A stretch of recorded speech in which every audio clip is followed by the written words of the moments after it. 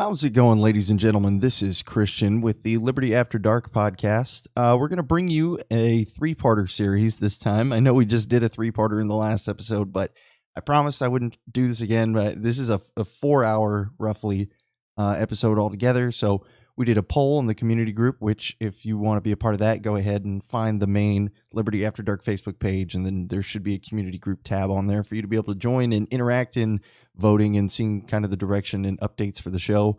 The consensus was pretty universal, so we're going to go ahead and chop this up into 3 parts just to make it easier to consume, each coinciding with a break that we had. We had Brian and Derek on. Derek's a brand new guest. Brian's been on the live show before, but this will be his first time on the recording. So it was a lot of great conversation to be had. This first part is primarily over guns and gun control. As you'll see, we kind of have a diversity of opinions here. We agree on a lot, but we also have our things that we disagree on. So it's a lot of good conversation. I hope you guys enjoy. Please stick around to the end. Let's give your introduction again. Derek, go ahead and take the wheels, man. Sure. So I'm Derek. I'm from Franklin, Massachusetts. I'm a good friend of Brian's and just recently met Christian, decided to come on the podcast. So I describe myself as a progressive. Earlier in my life, I'd say probably halfway through high school, I sort of leaned libertarian. I can actually remember Ron Paul being the first presidential candidate I really felt passionate about. But since then, my views have changed a little bit, and I'd say I put myself more in the progressive camp politically. So for anybody who doesn't know you, Ryan, I know you've only been on a couple times, so This is my third time, I think. Third time now. Yeah. So just go ahead and introduce yourself for the lovely public. B-Rye, like Derek said, me and him have been buddies for quite some time. I think I've fully been indoctrinated into the libertarian camp. That's what we do, baby. Yeah. One person at a time. I think most of my opinions aligned with it. It was more I hadn't been exposed to it enough. Yeah, it did. Yeah, you can't, you know if you like the outdoors if you didn't know it existed, right? Yeah, exactly. You can't know if you don't like butt stuff. If your try uncle doesn't force it on you. Yeah. Yeah, something like that. But yeah. So let's have a good fucking show. And then I'm here, and I'm the ANCAP ideologue, so that's always fun. I'm sure if you've seen this stream before, you know what I believe, or at least you have a pretty good idea. And we are going to have some fantastic conversations today. I have set out a list of topics. We are not only required to talk about these things. They're just things I put out there before the show so that we could, if we wanted to, pick up a little bit of material on them. And I don't think... Oh, you did get it because it was in the group chat. Mm-hmm. But I think one that is going to start us off on a really strong note with conversation is probably going to be this congressional bill that passed for universal background checks on the sale of guns. So, Brian, are you aware of this? Yes. Okay. So, for anybody who doesn't know, who's never heard of this, the bill passed through the House, and essentially what it is that any weapons purchase is going to have a background check associated with it, including private sales of firearms. If you don't get a background check when you're doing a private sale, the ATF is going to come kick your door down. So, Brian, what do you think about this? It passed with a pretty good majority. It was not there was bipartisan effort on this, I would say. I don't really have a direct problem with it. I mean, I don't know. It does concern me. I don't know. You sell a shotgun to your neighbor Bob, and ATF comes fucking busting down your door and fucking shooting your dog. I don't know. It does raise possible problems for sure. Although, I think...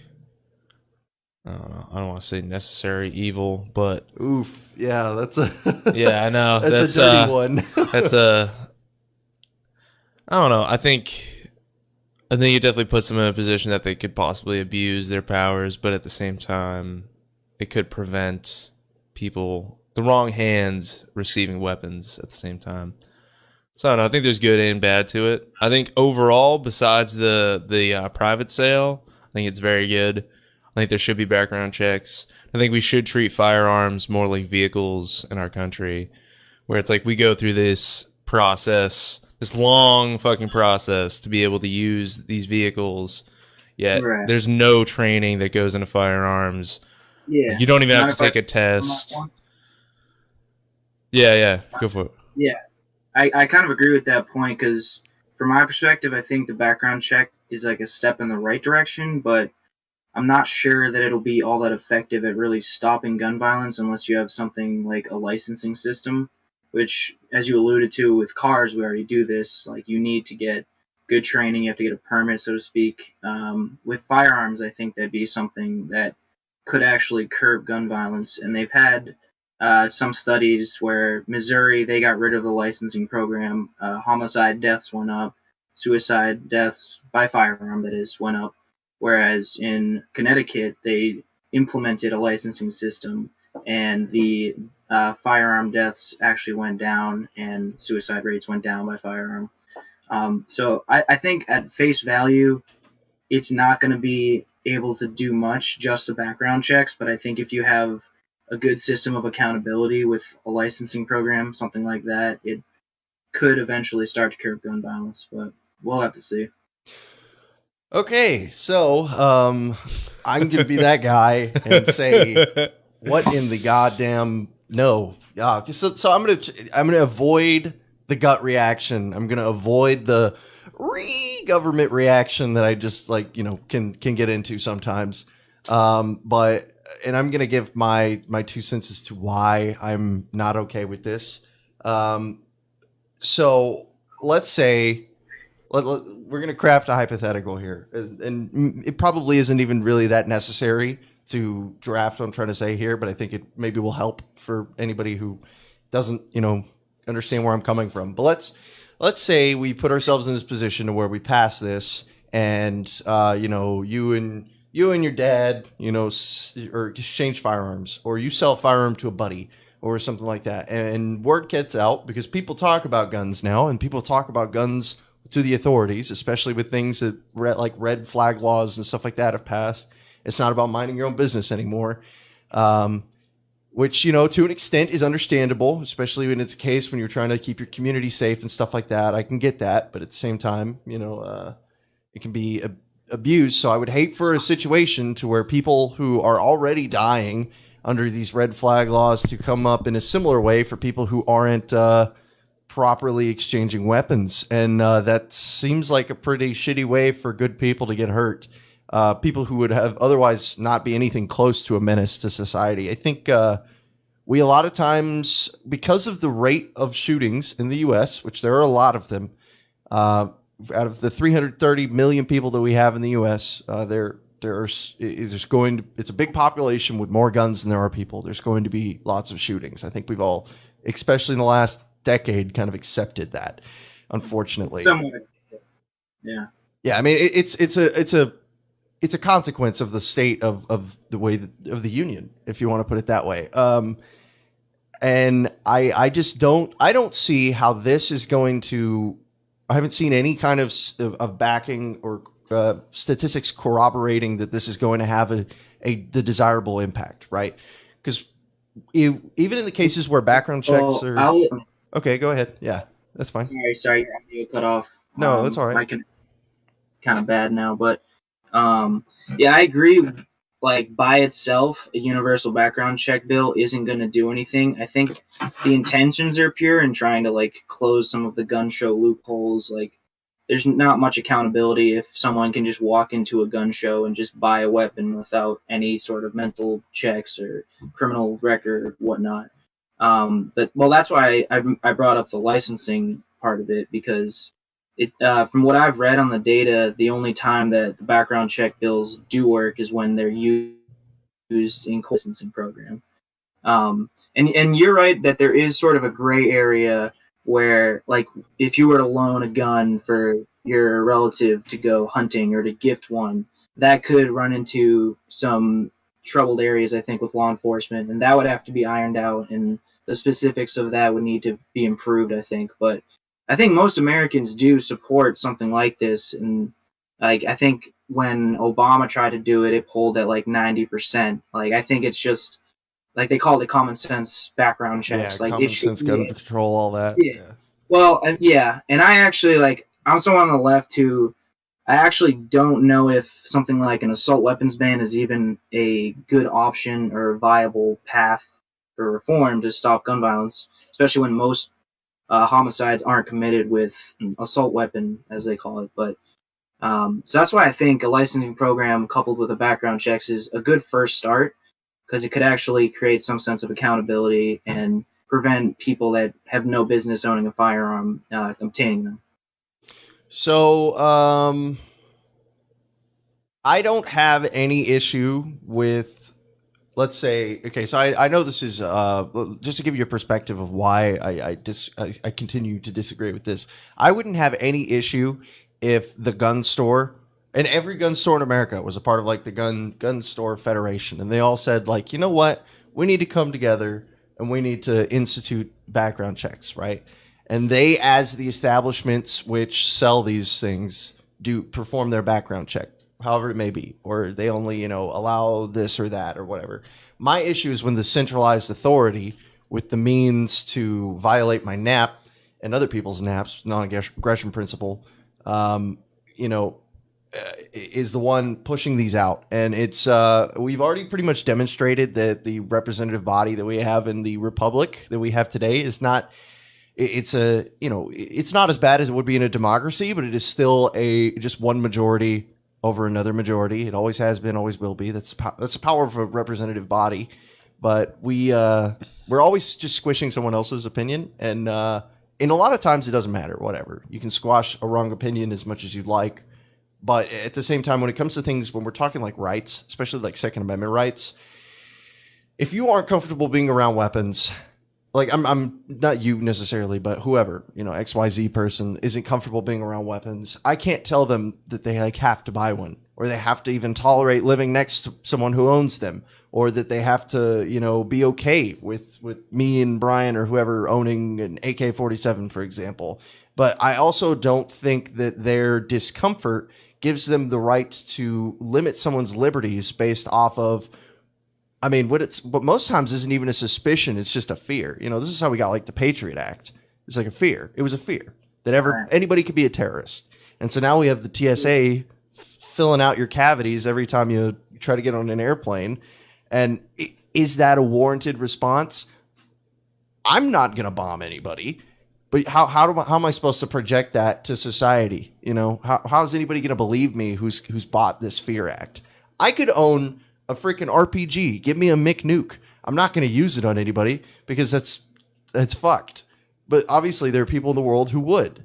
So we have to come up with a system to where people can be free and have their liberties without being punished for something they haven't and never will do.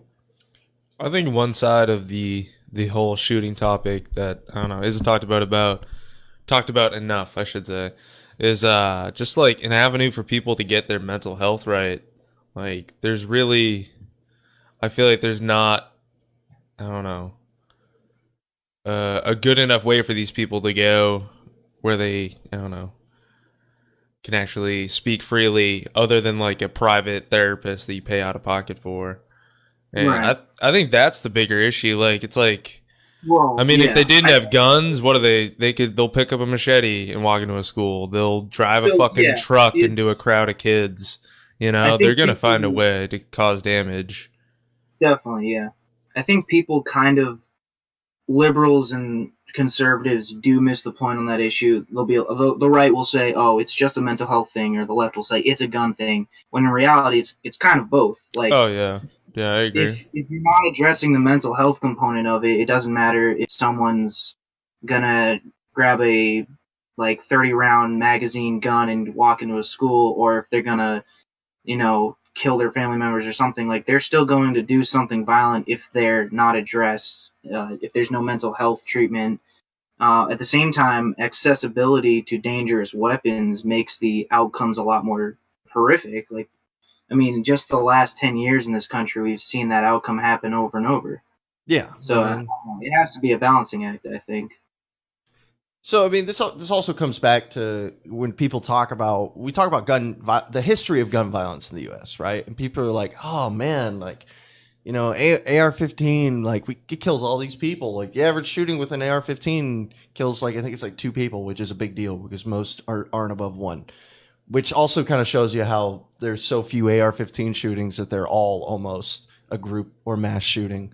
But the biggest thing here is that I think a lot of people forget, and we have data that supports and backs this. Granted, we did change it, so I'm not going to, but there was a time, and a long time in American history, when we had fully automatic weapons all around the streets, and we had hundreds of thousands of them.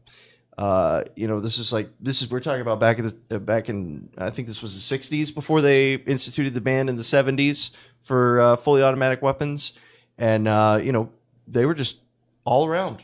You could buy them in the magazines. My grandfather has a magazine to where he bought a fully automatic basically like it's a little submachine gun in there, and that he totally lost in a boating accident, and it's grandfathered in. Obviously, it's a joke, but. It's not like the AR-15 popped up and it's like, oh my God, all of a sudden there's this massive weapon of destruction available for people to murder each other with. These weapons have always existed, and usually a more powerful or more deadly weapon has existed in its place. And there's a disconnect somewhere to where when fully automatic weapons were available, you didn't have someone going into a school and shooting them up every week. And now to where we have a less powerful weapon available and potentially more of them. I would say we have more AR-15s than we did all of the fully automatic weapons back then, and more people. But something has changed. Something has changed, yeah. Obviously. I think it's kind of coming to a head though, and like you brought up assault weapons. Like Bill Clinton tried to ban assault weapons in the 90s. It virtually had no effect on reducing gun violence. So. Like, I'm with you in the sense that guns have been a part of America for a while, but I also think that, like I kind of brought up before, I think the issue is the accessibility of weapons. Like, you look at what happened in the Parkland shooting. That kid wasn't even 21 years old, can just walk into a store and buy a gun with very few checks on that, and who knows what they're going to do with it once they obtain them. I think there just needs to be a better system of accountability. We do this with cars. You can't just get no training and no safety procedures learned before you get a car. So I don't see why having a licensing system with a gun isn't something that should be implemented. Well, I mean, it's not like a driver's license keeps you from being a shitty driver and T-boning someone. Sure. But there'd be way more shitty drivers if we didn't have it. You think so? Honestly? You think if you could give anyone a license to drive a car, that there wouldn't be more accidents? You pretty much can get a license with a minimal amount of effort. Against speeding, or there were no laws against turning without a blinker, rolling a stop sign, running a red light, that there'd be less accidents. No, well, okay. I mean, I'm now we're incorporating more things into there than that, but the licensing, though, like for guns, like there's accidents, and it's not just people walking into a school or shooting a loved one or something. Like there are toddlers getting killed every year, and a lot of it's just a lack of gun safety. Yeah, and I think negligence. Other countries do it better, and I think Canada has a program. I could be wrong about this, where there's some level of mandatory training with a firearm. I think if we want to improve the statistics for gun violence, a huge part of that has to be the gun culture and some of the training that we get with safety in particular, I would imagine. Yeah, another big cause of deaths by gun. I think it's the second largest, or it is the largest. I don't know if it's above homicides. I think for handguns specifically, it's above homicides, but it's suicides. It's like 90% of suicides by gun are by males, and I think it's like 50 or 60% of deaths in the U.S. by handgun or suicides, which is above the next highest, which is like either 30 or 40% for homicides, one of the two, and then everything else pretty much comprises the 10%. Like accidental discharges and stuff like that. But so obviously when we're talking about stuff like this, we're targeting homicides. Okay. So even if you get a background check, all that stuff, that's great. Okay, but if I have a bad day and I would come home and I'm decide I'm done, I've already got it. A background check isn't going to stop me. Now you could say could So that's the potentially, mental health component of it yeah. that needs to be accounted. I have a hard time understanding, and maybe this is just ignorance, how a mental check could be done unless you had to go see like a Sure. psychiatrist or something like that. It would be difficult, but it is an open question too. Like if somebody all of a sudden goes from being perfectly lucid and perfectly normal human being to a year later they're diagnosed as like clinically psychotic or whatever. I don't know if that's a real diagnosis, but Yeah, like a bipolar, schizophrenic type situation. So point being, they're clearly mentally ill. Is the government then entitled to confiscate that weapon to protect other people? True. And then what governs one person to decide who can and can't And own a then, weapon? and if you don't do it, it's too late, and you get another massacre, another tragedy, whatever it is. Yeah, it's a scary world out there. I don't claim that it isn't. That we're living in some rainbow society. I truly hate the fact that we have people who abuse the liberties that we are given for heinous reasons. I wish we could all live in a society where we could all defend our giant weed plantations with our gay neighbors, with our AK-47s, and that would just be paradise to me. But people abuse systems, people abuse power when they can get it, and they abuse liberties. My biggest goal whenever I look at some piece of legislation that's being put forward is I ask how many people who are innocent Americans who have never and will probably never do anything wrong are going to be punished because of it. So this, I'll be honest with you, this whole issue with the actual passing of the bill is definitely not the end of the world for gun owners. Like we've talked about this whole time, this is a preface to something bigger in the future, or we've sort of been alluding to. They know it's not going to fix anything. We're not changing the way that the system works. We're just increasing the scope of the background checks. And what was it? The Aurora, the guy the Aurora movie theater shooter. Yeah. He failed, or he got through like 3 background checks to buy all of his stuff. Perfect, passed him. No big deal. Not a blip on any of his record or anything to suggest that he wouldn't be able to get the firearms and everything else associated with it. And then, well, what did he do? He shot up a freaking movie theater. So, again, and you're right. Like, there's going to be some whack job out there who's going to try to pass a background check who 100% could be a shooter, and then he'll fail it and he won't be able to get his weapon or whatever. And something like that happens. But, I always have to ask, like, I can just think, I'm from Texas. I can think of like 2-3 dozen people who could want to go buy a gun after this passes, who would probably, I'm pretty confident, would never shoot anybody out of rage, who understand weapons, who respect weapons, who taught me how to use weapons, who would be their liberties would be negatively impacted by this. So that's something. Sure. I don't think it's meant to target responsible gun owners, though. I think it's to prevent people who may be responsible in the first place from even getting them. Yeah. So then the real question is where is this going? Because I feel like that's where we actually start running into issues. Right now, it's an inconvenience. Are you worried there's going to be a slippery slope where, I don't know, first it's background check, then assault weapons ban, then gun buyback, and some slippery slope, eventually Second Amendment's repealed or something like that? Because I think some people on the left do make a mistake of ignoring the talking points of people on the right, but at the same time, there's also a lot of right-wing hysteria, and I think people are we're just talking past each other a lot of the time, and we're not doing anything after every massacre happens, or let alone the statistics that come out of inner cities like Chicago, for instance. So I think we need to do something. I think it's a good first step, but I don't know if I agree with the fact that it'd be a slippery slope or not. I think there's enough rhetoric and language out there. I mean, just look at the biggest front-running candidates for the Democratic Party at this point. Like, there's gun control is not something that's just right-wing hysteria. It's not just something that's And I trust me, I get it. The Republicans go fucking crazy with the hysteria sometimes. But and you know, I don't think that this bill is the end of the world for Second Amendment rights. I really don't. But I always have to ask the question, well, when this doesn't work, and we say, okay, well, we tried that, it didn't work, you know, thought it might work, what do we do next? It's not going to work on its own, I don't think. It won't. I think we've kind of reached that opinion here, you know. That's why I come back to the licensing thing, because I was actually talking to Brian about this the other day. Like, you have inner cities like Chicago where pretty strict gun laws, and they're still obtaining firearms, but most of that comes from surrounding states where they have lax gun laws.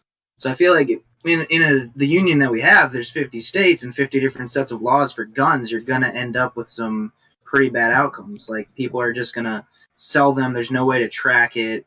And the easy accessibility of guns means that a lot of bad actors are just going to look the other way when people who shouldn't get guns do get them.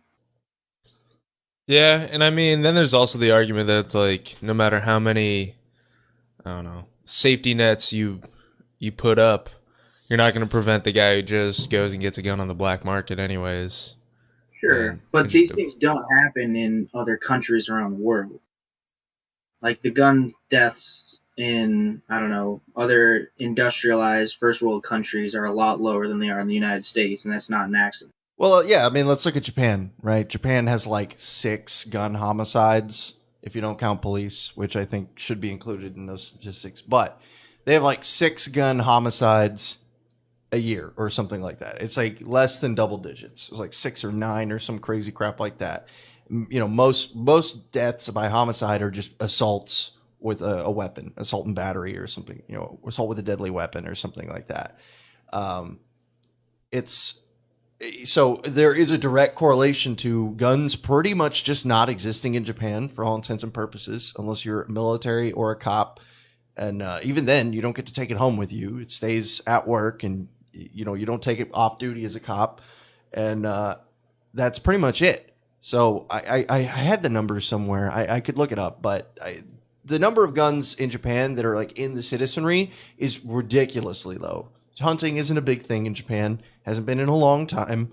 There isn't as much open land to hunt on, first off, and I don't think there's any public hunting grounds in Japan anymore. So everything you have to do is on a lease there. There isn't much to hunt besides like birds and other type of creatures like that. But we also have, I mean, we have the most guns per capita in the entire world by a huge margin. We're like quadruple the next one, and it's like somewhere in South America. You know, well, yeah, and there's always that joke fact. What's the largest like military or ununiformed military in the world? And it's American citizens. Behind every blade of grass. You know, I mean, that's a super famous quote for a reason, because it was true in the 1940s, and it's true now. So let's create the scenario here where we wanted to create a system that as quickly as possible minimize as much gun violence as possible.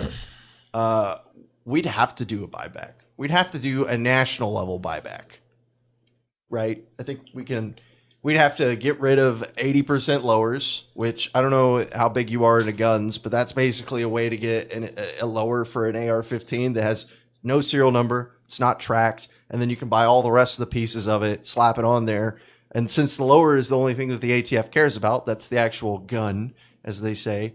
You got an AR-15 just like that. It's a lot more work. It's not easy, but you don't need a background check for that. You know, soon 3D printing. You know, we can already print some. They don't work really. Yeah, they usually fucking melt after less than half a mag. Yeah, some of them explode on the first shot. You know, but the point is that we're getting to a point where it's just going to get harder as time goes on to enforce these things. So I mean, fuck, man, like just the 80% lowers on their own. Is it going to get harder to enforce, or it's going to get harder to stop gun violence in general? I think probably both. Probably. I feel like there's other countries who have the problem of gun violence managed way better than us, and for us, I think it's somewhat of a cultural thing. Like, we have the Second Amendment, and I have no problem with people owning firearms, but I think we're kidding ourselves if we say that we don't have a problem because of how many guns we have in America. Like, it just... No, I think it's directly correlated. I do. I'm not suggesting. That's why I brought it up to begin with, because I think you're right. You know, I mean, this isn't a comment on my access to those firearms. This is just a general comment that if you have 500 million firearms in a country, I mean, Right. like you just walk around and you just stumble upon like, oh look, I found a Glock. You know, it's like that's basically how it is. I don't know a household growing up that didn't have a gun, and all it takes is for somebody to piss off the wrong person on the wrong day, and you got a gun homicide. You know, it's especially when you have that power. It's a big power thing. That's what it is. It gives you So, power. yeah, I mean, It's- I don't think America's safer for having that many guns, too, which I think is the argument people would make. Oh, it's personal safety, but I'm not sure that that correlates that way, per se. I'm not saying you shouldn't have the right to defend Yeah. yourself. You absolutely should, but there's clearly some gray areas that get overlooked, I think. True, and I would agree that, like, sure, personal safety, I don't know, might most likely is not as safe with the amount of guns, as far as obviously, like, the violence can be escalated much faster in those situations. But I mean, I think it's just a staple of what America is, that we want these weapons to stop a tyrannical government that tries to, like, take us down. And sure, you could always argue that, like, oh, the military has fucking jets and tanks, but it's like, goddamn, if you're fucking held up in your house with a fucking AR versus just a fucking little pea shooter, it's gonna make a big fucking difference. Then if you had whole towns, But it's- I think you're right that if tyranny did come to this country, we'd have to resist it, and the Second Amendment would, without a doubt, be a part of that. But I think that it's almost too late if we get to that point, and I think we would get to that point if we allow the rule of law to erode, not if we repeal the Second Amendment or something like that. Not that we should repeal it, but the point is, like, institutions are what prevent tyranny, not guns. Like, you can't go up against... that's Not guns. That's- Guns on their own aren't going to stop a modern military. I don't That's- care. I don't care about that last point. That's fine. I think that the first claim there, the institutions are what prevent tyranny, is. I don't know if I could stand behind that statement, man. I mean, Checks and balances. an accumulation of power is what generates tyranny. So I mean, I get maybe it's just two different ways of looking at the The same. framework of the Constitution, though, is designed to prevent one faction from dominating any other completely. Yeah, it's to or- mitigate that. But what? Things like Bill of Rights and just the articles in the Constitution in general are supposed to be a bulwark against tyranny. But if those get eroded, then it's already too late at that point to prevent it. Yeah, I mean, well, the Bill of Rights. Let's be honest. No one cares about it except for the first two anymore, which really sucks. Fifth Amendment doesn't matter. The 10th Amendment, states' rights, that doesn't matter. No one cares about that crap anymore. Yeah, they do. American citizens do not care about that anymore. They like to pretend that they do. The question of legalization on pot right now is very much a 10th Amendment question. It the shouldn't Fifth have to Amendment- be a 10th The Amendment Fifth question, Amendment, though. people's right to a speedy trial. The Fourth Amendment has to do with the Patriot Act, We things don't like get- that. we- That's if- a current issue. So, okay, right to a speedy trial, right? You think that that's what's going on right now? Have you looked at our justice I'm not system? saying you're doing a great job at it. I'm saying, well, but that's still like a central point of having the Bill of Rights. If you don't have that, then Yeah, you it can can just- be abused, right? I get that. I understand. I'm not saying that the Bill of Rights existing is a bad thing. I think the Bill of Rights is probably the best part of the Constitution. If I'm going to be completely Right. honest with you. I do agree that the first and the second are the most talked about right now, but Yeah, I mean, the others do, and they're still going to be relevant for all time, I think. the 14th Amendment gets trampled on the regular. You know, I mean, like this whole civil asset forfeiture thing. Like, I know what the Supreme Court went through and, you know, they did their whole decree about it where they were like, you know, it can't be over the penalty of the crime is what I think it was. But some of these crimes have stupid, ridiculous penalties anyways.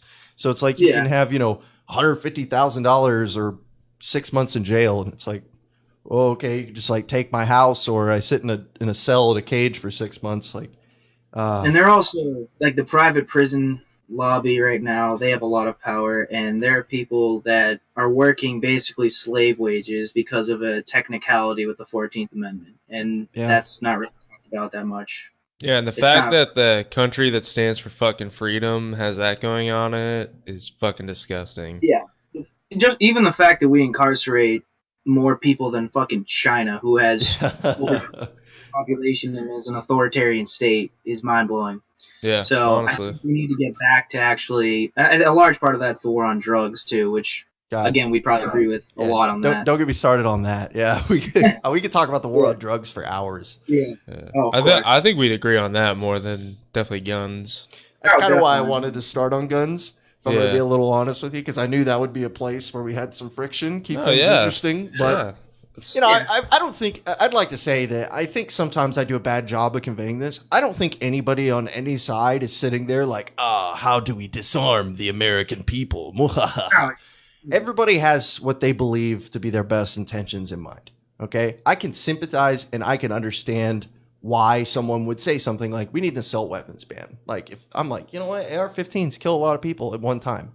You know, having 30 rounds in a magazine is powerful. It's scary. It is, yeah. And it is an open question. Like, should a citizen be allowed to, you know, even if you get rid of something, be allowed for bomb stocks or whatever. Like, the one that happened in Vegas was just horrific. Yeah, like, that was ultimate worst case scenario. Magazines, that is just... One person probably should not have that much power in any society.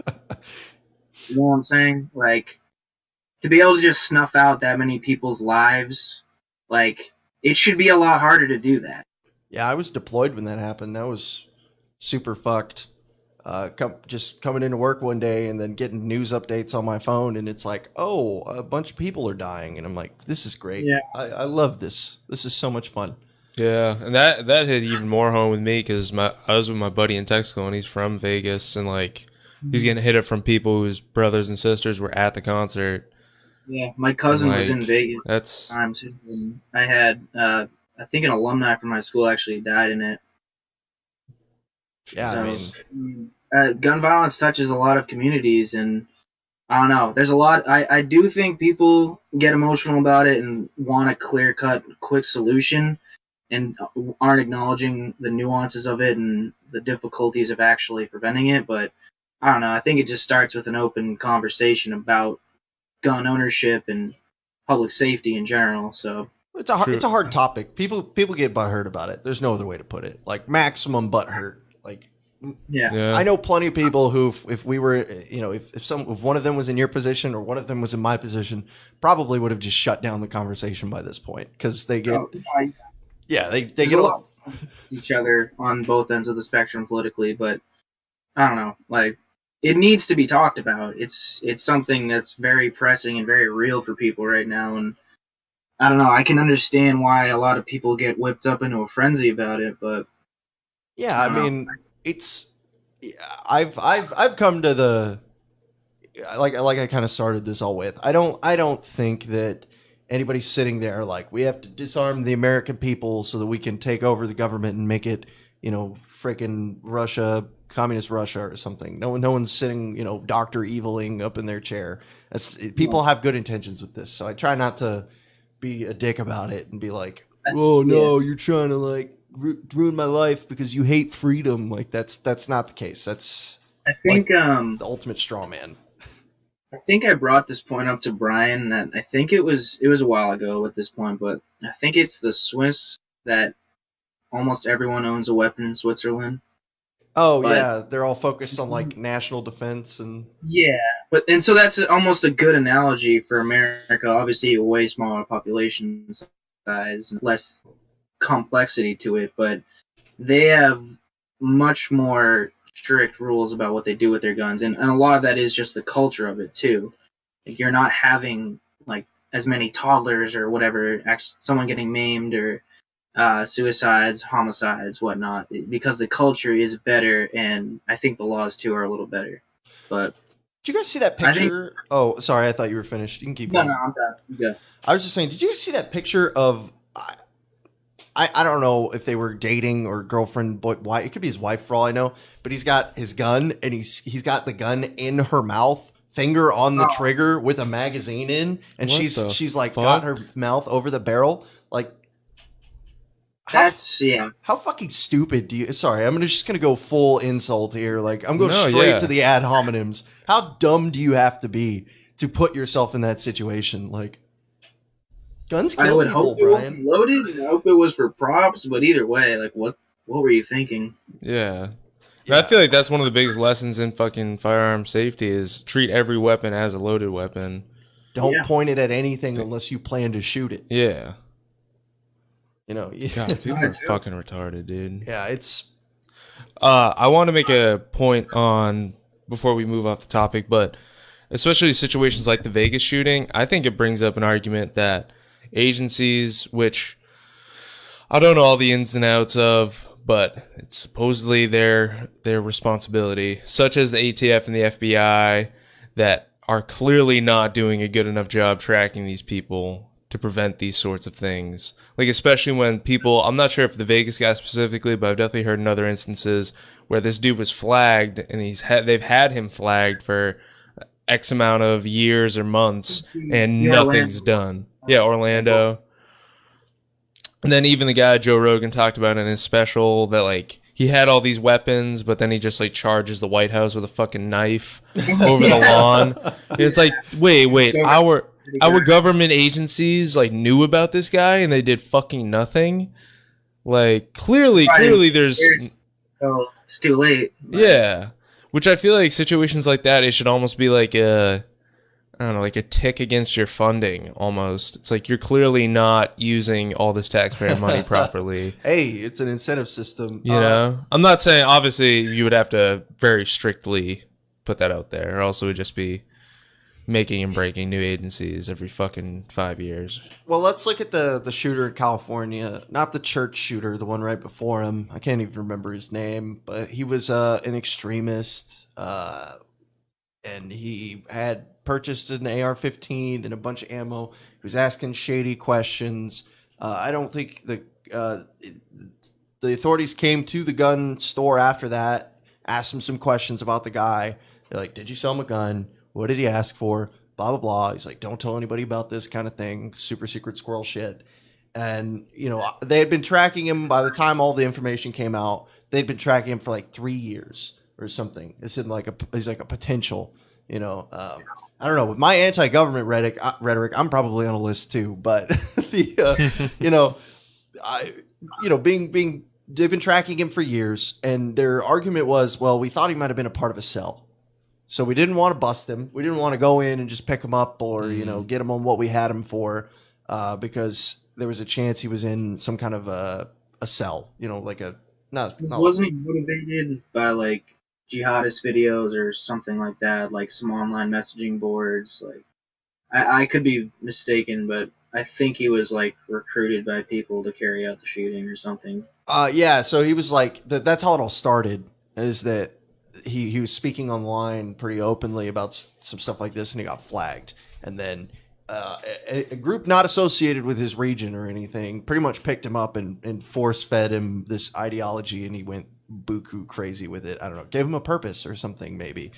Yeah, just went total whack job with it. And so they watched him go through this spiral of madness over the years and acquire weapons and acquire ammunition and stuff like that. And they didn't do anything about it. They didn't put him on a no-fly list or anything like that. Which back when I was more of a statist, I was like, okay, if we have enough information that you're being like put on a watch list by a federal organization, I think a no-fly list is probably a pretty smart move. Honestly, like if we're talking this level, but I also understand the argument when they say, well, what if we don't have all the information and he's, you know, like he's in a sleeper cell or something like that of people just building up weapons to launch an attack. 1 in a million, 1 in a billion chance of something like that. But we'd like to know beforehand, right? But then the question is, it's like, oh, you found out he's in a cell of jihadists in America, or just crazy, you know, let's say they're a bunch of whack jobs, you know, trying to start a revolution or something, and, you know, they're going to put on this big terrorist attack and blow up a building and crap. And then they find out where the cell is, and then they're like, okay, cool, let's watch them for a year and see what happens. And then they get their attack off. Which, I mean, Yeah. that's what It's it's like, at what point is it time to intervene? And it seems like a lot of the times they just wait till it's too late. So it's like, no. Well, and then there's the privacy question too. But at some point, like, if they've made it clear that their intention is to hurt other people, I think that's when you've got a green light to send law enforcement in. Yeah. I mean, I guess it is really a risk reward thing. Like, they do end up taking down a whole cell, like a whole network versus one guy. I don't know how many lives are they potentially saving. So I can kind of feel for them with that specific instance, but yeah, it's the 1 in a billion. There True, are a lot more true. crazy lone gunmen than there are, Terrorist of networks, terrorists in yeah. the U.S. Yeah, I mean, I think that is one topic that is pretty nuanced, honestly. But yeah, if I was running it and I was given the directive to do whatever, I don't think I would be holding as long either. But then you also have to worry about something I brought up is that if I got put on a no-fly list, for example, you could at least do something about it at that point. Let's say you're under suspicion. I don't know. The right set of circumstances hit in their system. The NSA, saw you were like, I don't know, you typed in how to make a bomb on Google and then you bought a gun the next day. You got flagged in the system. You're being tracked. And then you get put on this no-fly list and you go to see Graham, get in your plane, and then they're like, you can't get on this plane, sir. And you figure out you're on a no-fly list. You could at least address it at that point. Fuck, it may persuade some people to not be terrorists after that. Like, oh, God, they know about me. Like, Either that or it'd be like, no, they won't even let me see my grandma. Fuck it. I'm coming back to this same airport with my fucking gun I just bought. See, Peter brings up a good point here. He says, I've only heard of the FBI intervening in time when it was their own entrapment scheme to begin with. Yeah. It's you hit the nail on the head there, man. They suck at their job, honestly. And I think this kind of goes to a nap thing. We can look at this from a nap perspective for the libertarians out there who are like, government organizations. Credible threats are you can defend yourself in the nap proportionally through a credible threat, right? So let's say you get a credible threat that someone is going to like blow your house up. You don't just have to sit there and say, well, I can't do anything until he steps on my property or blows my house up. If there's you can't go out and shoot him, obviously, because he hasn't done anything to warrant that. But you could take the necessary precautions and steps to prevent something like that happening. And if it escalates, then you got to do what you got to do. But if we're just looking at take everything else out of the equation and look at the nap, which is what a lot of people, especially ANCAPs like myself, like to do, you still have justification in there for identifying and then removing people who have the potential to be dangerous to other people. Because at the end of the day, no one wants anybody to get hurt. I think we can all agree on that. Yeah. And then even just talking about the guns made me bring up, I don't know, a thought. Has like the ethics and morality of our society changed in these past decades to cause all these? And I feel like it has. I mean, it's more of like but then how has it changed and what caused it? What was it? So it's because we're not a good Christian country no more. Yeah, right. Goddamn Muslims. Is it moral decay that's causing people to do bad things, or is it just people being asleep from law enforcement?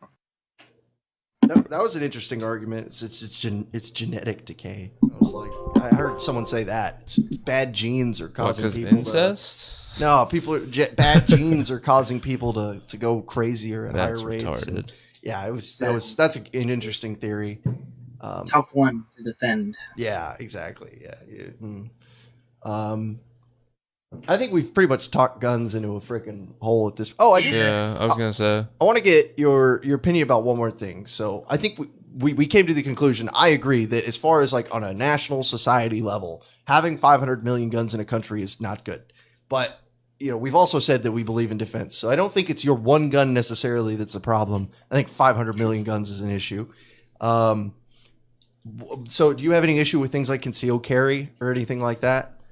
No, actually, just because I think ideally, the right people will be using concealed carry, like a veteran who knows how to use it and knows restraint and like to distinguish between a violent perpetrator and an innocent bystander per se. Um, I'm not so much worried about those people because I don't think that's where a lot of the problems with guns come from. And I like you can think of scenarios where you would be better off having a former law enforcement official, like a cop or something, who's got a concealed carry permit, being present when an attacker walks in with a knife or a gun or whatever. So I don't really have a problem with that per se. I think, but when you look at the macro level of like how we deal with guns, I think that there's still work to be done, and I think government's going to have some role to play in it, but it can't just be government. So Yeah. So okay. I don't know, I guess piggyback off that. I feel like I agree the same way with concealed carry. One thing I'm against though is constitutional carry. And You're against constitutional carry. yeah, just because obviously it's kind of anecdotal, but I have a buddy from Oklahoma and they obviously have constitutional carry, and he just spoke about guys who was like, it was more of a flex than anything. It was like just to go along with their lifted truck, a fucking gun on their side because they think they're fucking badass. what does constitutional carry mean? Like It basically you criminal record carry or something like that, or It's essentially the affirmation that the Second Amendment is your permit to carry. yeah, So openly. you know You can't conceal carry. Yeah, you can't domestic conceal it. abusers can carry.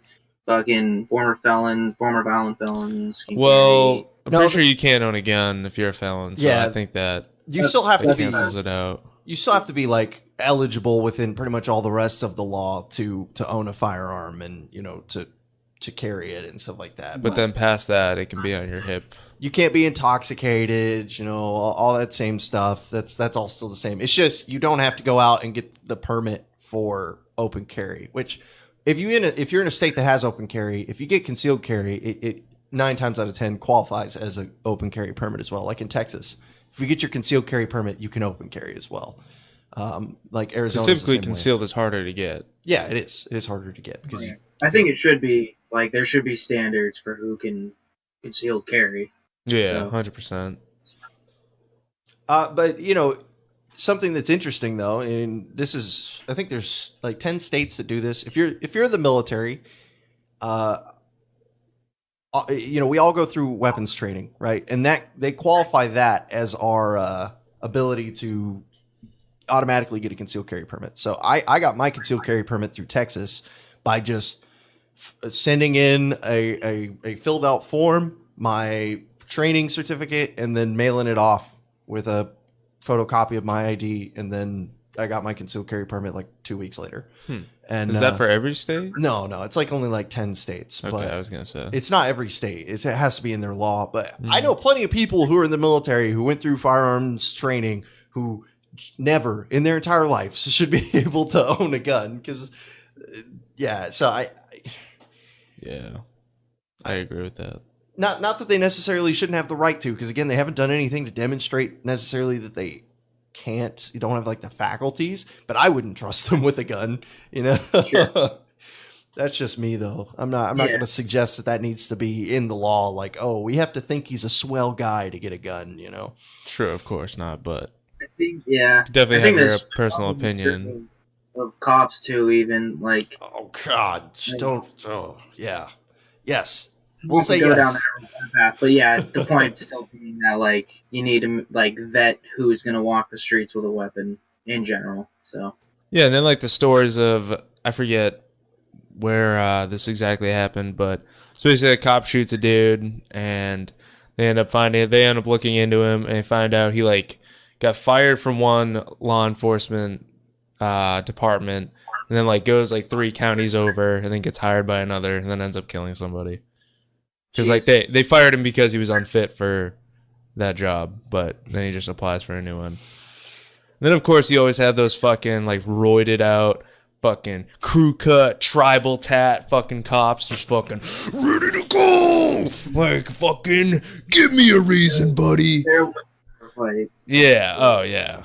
Those aren't people I want protecting our communities. Fuck no. Yeah.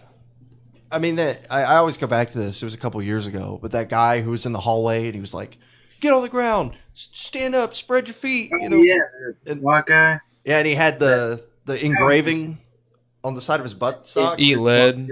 Yeah. That's That's what it was, right? Yeah, that's disgusting. Yeah. That's someone who's just looking to shoot another human. Like, they're not looking to keep people safe. That's, I don't know. And there's a problem too. They'll like shuffle people around to other police departments after shooting happens that wasn't necessarily justified, and then the same thing will happen. And they're like, "Oh, how could that happen? I'm shocked." Like, And like, I understand it to a certain extent where like police got to protect each other, but at the same time, it's like, yeah, but like, it's like you blatantly murder somebody, the fucking whole brotherhood thing kind of goes out the goddamn window. Like, I ain't got your back. yeah, no, fuck no. their standards, I think, like they have a very difficult job, and I don't think anyone denies that. But it's Yeah. like you're still accountable to the public, and you can't 100%. just ignore that. So I think I don't want to go into the whole like police brutality thing, but like I think that is an issue right now, that the accountability there is just not been met It's a huge issue. in a lot of places. Oh man, yeah, it's whack. There's so many other examples I could talk about too. There's someone posted in the group yesterday. It was an old man shot a puppy that wandered into his yard with the owner's daughter within, I think it was like 8 feet of the dog. Oh my Just god. domed the dog. I'm like, that man does not need a gun. He shot in the direction of like a 13-year-old girl at a puppy. I don't care if he was on his property. That's a NAP violation. You're a dick. Like, Yeah, when you think, like your dog being on the property, like is like, oh, I can shoot it now. Like, that's not how this works. That is not an appropriate and measured response. He's like, oh, the puppy growled at me. I'm like, fucking get over it then. Yeah, Like, right. You big pussy. Like, shoot it. Jeez. Yeah. Yeah. Then I don't get why there's such a big problem with cops fucking shooting dogs. Half the time it's like a fucking Pomeranian or some that shit. Chihuahua that guy shot. Man, that was. Yeah, it's because their adrenaline's going and they're in tense situations and they make mistakes. I think that's. I don't know if that's always the situation though. It's not all. I think it's also like fuck this person, ba-bloom. Fuck Yeah, your dog. Certainly some remorselessness in that too, but Yeah, I can sympathize with that though. Like you kick down somebody's door and you don't know what's on the other side. oh, yeah, I'm not You're defending fucking- them. I'm saying that they like mess ups happen. But True. I can agree. People with that. make mistakes. No one's perfect. I'm not assuming that everything's always going to go perfectly and Everybody every makes judgment's mistakes. going to be. But that, if you're going to put yourself in a position where that you have that much power, you need to be right 99% of the time. Yeah. You can't. That 1% that you're wrong, someone or something dies that didn't have to, or you throw someone in a cage that didn't need to be in a cage, and you've officially gone way overboard. It's not like being a normal person, normal human being, where it's like, oh, I messed up my filing of my paperwork. It's like, oh, I accidentally pulled the trigger and unalived someone. A bit different. yeah, kind of going on that point too. Like Brian, you were mentioning how like they don't know what's behind the door. Like we've been talking about gun ownership too and the right to protect yourself. Do you think there's any conflict, like especially in modern day America, like with the teeth that the law enforcement now have and citizens trying to defend themselves with firearms? Because it seems like a lot of times just bad endings happen just by virtue of a firearm even being present. And a lot of people would say, like with the whole Kaepernick thing and whatnot, it happens disproportionately to minorities and whatnot. Yeah, the militarization of the police is a huge issue. I mean, this is probably the most recent one, so I always come back to it. But the two people in Houston, they had a no-knock warrant put against them, which I will always fucking hate the fact that no-knock warrants are a thing in Texas. That is such horse shit. Don't even get me started. But they kicked this person's door down, And then he was like, oh my God, someone kicked my fucking door down. And he gets his gun out. Cops see he has a gun, immediately start shooting. And he doesn't know it's cops. For all he knows, it could be someone trying to rob him. And so they start shooting at him. And he says, well, fuck it. They've already started shooting at me. I doubt they're going to stop. I'm assuming. And then he starts shooting back. They kill him. Wife comes out. She reaches for the shotgun. And then they dome her right there. And man, like, it turns out none of the charges against them had any evidence to support them. And 2 people lost their lives. And you know, perhaps if he didn't have a gun, he wouldn't have died, right? But then, you know, it's like, okay, now we've just removed one issue then. Instead of the situation was put to where this became an issue to begin with. If the cops didn't kick his fucking door down, he wouldn't have been put into this problem. So I don't think removing the guns there would have made it, could have made it better. I don't think it would have made it not an issue, though. You could have de-escalated it, but maybe not. I think the incompetence on the part of the law enforcement there is probably to blame. But then I think of stuff like Philando Castile, for example, where he even notifies the officer that he's got a weapon and does it to, like, try to, you know, make sure he's not alarmed if he spots the firearm, and then ends up getting shot by him.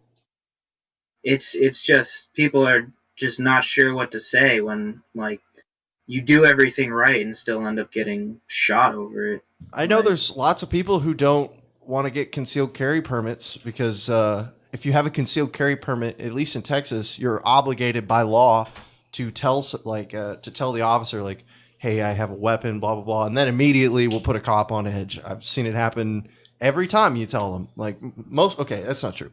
I think I've seen once where the guy was like, oh, okay, that's cool. You got your concealed carry permit, whatever. Right. Most of the time, they take a step back. They look around the car. They're like, okay, where's the location? Do you have any other guns? And I'm like, dude, like, if I never told you, we could just get through this traffic stop and I wouldn't shoot you. You know, it's like, it's not going to change anything because I told you that I have a gun at this point. It's more just the fact that thought will pop into their head and, like, they want to finish their shit and go home at the end of the day. They're worried about what could happen to them. They probably have plethora of anecdotes from other officers talking about situations like that gone wrong. So I think it is tough. Like, their natural disposition is going to be distrust, but, like, I don't know, they've got to be held to a higher standard nonetheless. Yeah. So it's just not easy. Oh man, it's rough. It's rough. I mean, I'm glad we agree about that. I got into a really, really, really heated. I tried to keep it as cordial as possible, but this guy's just like full thin blue line. And man, we got at it about some of this stuff. Because, you know, it's like his brother's like a cop, and he's like, not all cops, man. And I'm like, doesn't fucking matter if it's all cops, you know? A minority of them, but it's like, it's still an issue. Like, when, you know, law enforcement abuses their power, it has to be addressed. Huge issue. Let's go ahead and switch up subjects. Yeah, move on to another. Yeah, I'm totally cool if you dip. Just whenever you spit, can you just like turn your head a little bit to the side? Yeah, you're good. I just want to make sure so that people aren't like. Mind if I run to the bathroom real quick? Nah, you're good, man. We'll take a quick break. You're fine. What's the next topic? Well, we could talk about whatever you like. But I think the next one I had on the message, I don't remember the order. Was it Cohen? I mean, do you even want to talk about Cohen? Do you have anything you want to say about that? I can talk to you briefly. Yeah, okay. That's not too much, probably, but yeah. All right, I'll be right back. Okay. All right, so that was the first part of our talks with Derek. Absolutely fantastic episode. Definitely one of my favorites that I've done for the live stream and especially for the podcast. Very good stuff said. If you enjoyed the show, please go ahead and find us on Facebook, Liberty After Dark. And you can join the community group from there under the community group tab to stay more up to date. You can now access www.libertyafterdark.net, but I got to do some work on it, so don't expect it to be up to date at this moment. You can reach me at contact@libertyafterdark.net. And please don't forget to leave a review on your favorite podcast provider. We're available on iTunes, Stitcher, iHeartRadio, Spotify, Google Play. Pretty much if you can think of a podcast distribution network, we're on there. So I appreciate you guys being here for this first part. Please check out the other two. They should already be released by the time you're listening to this. So I hope you guys enjoy all of it.